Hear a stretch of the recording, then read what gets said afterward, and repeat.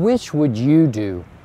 If you had a leak in a faucet in your basement, would you go down twice a day and mop the floor? Or would you fix the leak? Even if you have to hire someone to fix the leak, there's no way you're going to go down and just keep mopping and mopping and mopping.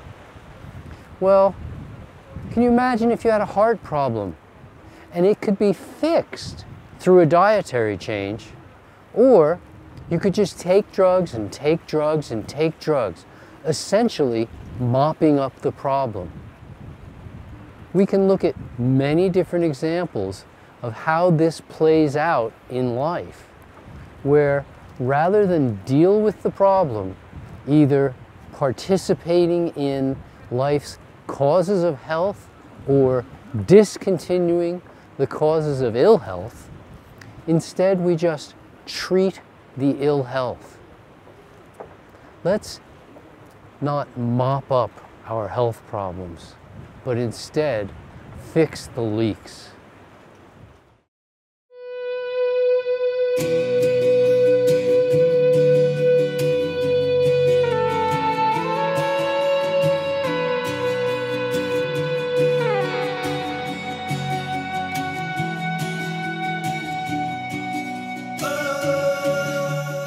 My grand obsession was to bring health and a healthy message to as many people as possible. And through the course of my career, I've helped thousands of people regain their health and thousands of athletes reach levels of performance even they didn't think was possible.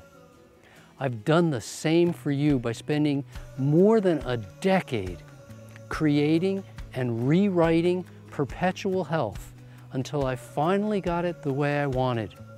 I bring you Perpetual Health 365 because on these pages you can get the benefits that you want from a book on health.